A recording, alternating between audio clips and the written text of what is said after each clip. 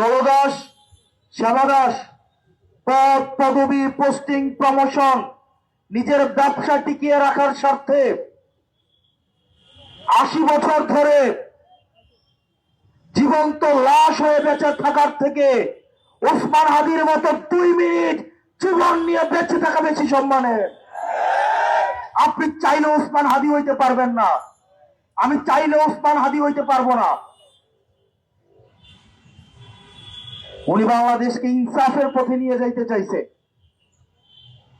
আমরা ব্যক্তি স্বার্থে, দলীয় স্বার্থে, সিটের স্বার্থে, ব্যবসায়িক স্বার্থে, একটা টিভি চ্যানেল পাওয়ার জন্য, একটা গরুর হাটের জন্য, একটা বাজারের ইজারার জন্য, একটা থানা কমিটির জন্য, একটা জেলা কমিটির জন্য, ইউনিয়ন সভাপতি হওয়ার জন্য নিজের মেরুদণ্ড বিক্রি করে দিয়ে আমরা সেবাদাস হয়ে থাকতে চাই।